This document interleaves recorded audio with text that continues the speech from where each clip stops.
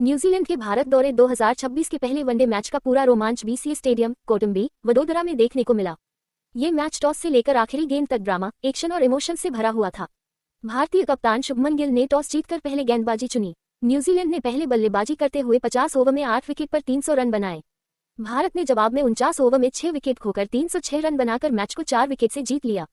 ये जीत भारत के लिए सीरीज में 1-0 की बढ़त दिलाने वाली थी और वडोदरा की भीड़ के लिए यादगार पल।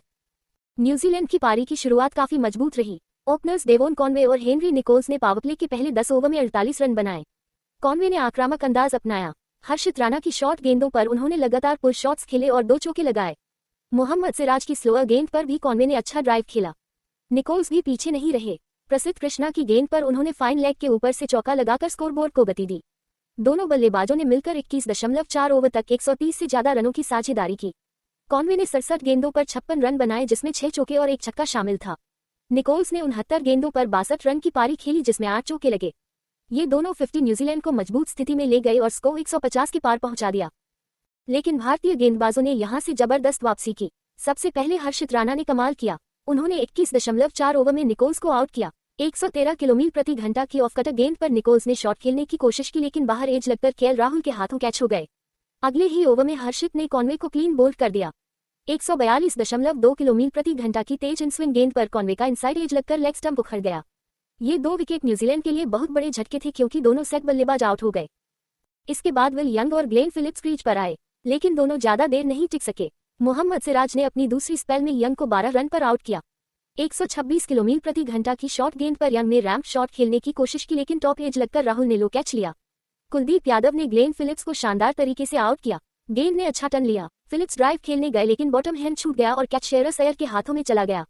मिचेल हेयर ने थोड़ा संघर्ष किया। उन्होंने 13 गेंदों पर 18 रन बनाए जिसमें 2 चौके शामिल थे। लेकिन प्रसिद्ध कृष्णा की शानदार इन स्विंग गेंद पर हेयर क्लीन बोल्ड हो गए। गेंद ने रिवर्स स्विंग दिखाया और टॉप ऑफ मिडिल स्टंप पर लगी। अब पारी की जिम्मेदारी डेरिल मिचेल पर थी। मिचेल ने 71 गेंदों पर 84 रन की शानदार पारी खेली जिसमें 5 चौके और 3 छक्के शामिल थे।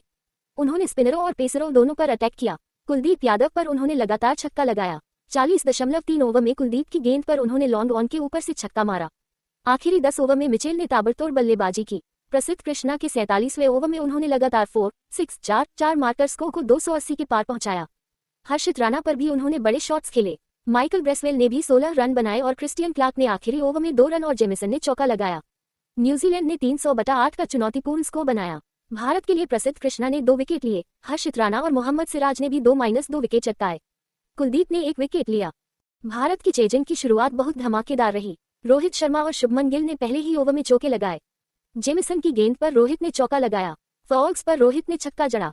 रोहित ने 29 गेंदों पर 26 रन बनाए जिसमें 3 चौके और 2 छक्के थे। लेकिन 8.4 ओवर में काइल जेमिसन ने रोहित को माइकल ब्रेसवेल के हाथों कैच कराया। रोहित बैकिंग अवे होकर शॉट खेलने गए लेकिन क्रैम्प हो गए।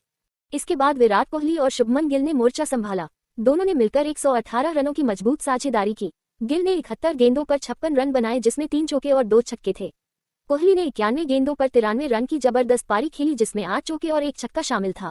कोहली ने फॉल्क्स, आदित्य अशोक और ब्रेसवेल पर लगातार चौके छक्के लगाए। गिल ने भी ब्रेसवेल पर छक्का जड़ा। दोनों सेट हो चुके थे और लग रहा था कि भारत आसानी से जीत जाएगा।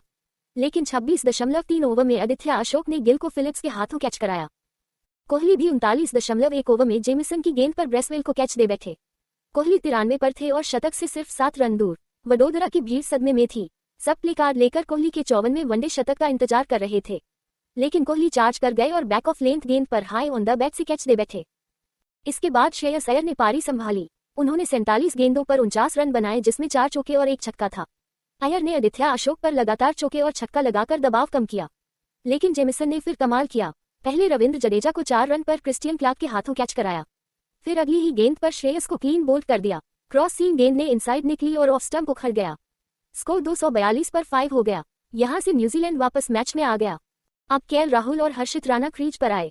हर्षित ने आक्रामक रुख अपनाया। उन्होंने क्लार्क पर छक्का और चौका लगाया। 23 गेंदों पर 29 रन बनाए जिसमें 2 चौके और 1 छक्का था। लेकिन 46.2 ओवर में क्लार्क ने हर्षित को मिचेल हेयर के हाथों कैच करा दिया। अब सबकी नजरें केएल राहुल पर थीं। राहुल ने शांत तरीके से खेलना शुरू किया और फिर आखिरी ओवरों में तूफान ला दिया। उन्होंने 21 गेंदों पर नॉट आउट 29 रन बनाए जिसमें 2 चौके और 1 छक्का शामिल था। 48.4 ओवर में क्लार्क की गेंद पर लेफ्ट शॉट से चौका, 48.5 पर ड्राइव से चौका, और आखिरी गेंद पर डीप मिडविकेट पर जबरदस्त छक्का लगाकर मैच खत्म कर दिया। भारत ने 49 ओवर में 306 पर 6 बनाकर 4 विकेट से जीत हासिल की। मैच के सबसे बड़े हीरो रहे विराट कोहली की 93 रनों की पारी और केएल राहुल का शानदार फिनिशर। काइल जेमिसन ने 10 ओवर में सिर्फ 41 रन देकर 4 विकेट लिए, लेकिन आखिरी में न्यूजीलैंड के गेंदबाज दबाव नहीं बना सके। डेरिल मिचेल की 84 रनों की पारी ने न्यूजीलैंड को 300 तक पहुंचाया, लेकिन भारत की गहराई ने मैच जीता। प्रसिद्ध कृष्णा और हर्षित राणा ने भारतीय गेंदबाजी में शानदार वापसी की। भारत ने सीरीज में 1-0 की बढ़त बना ली। वडोदरा की भीड़ ने कोहली को स्टैंडिंग ओवेशन दिया और राहुल के छक्के पर पूरा स्टेडियम उछल पड़ा। ये मैच यादों में रहेगा। अगले मैच के लिए उत्सुक रहिए। अगर आपको ये विस्तृत हाइलाइट्स पसंद आए तो लाइक, कमेंट और सब्सक्राइब जरूर करें। जय हिंद, जय भारत।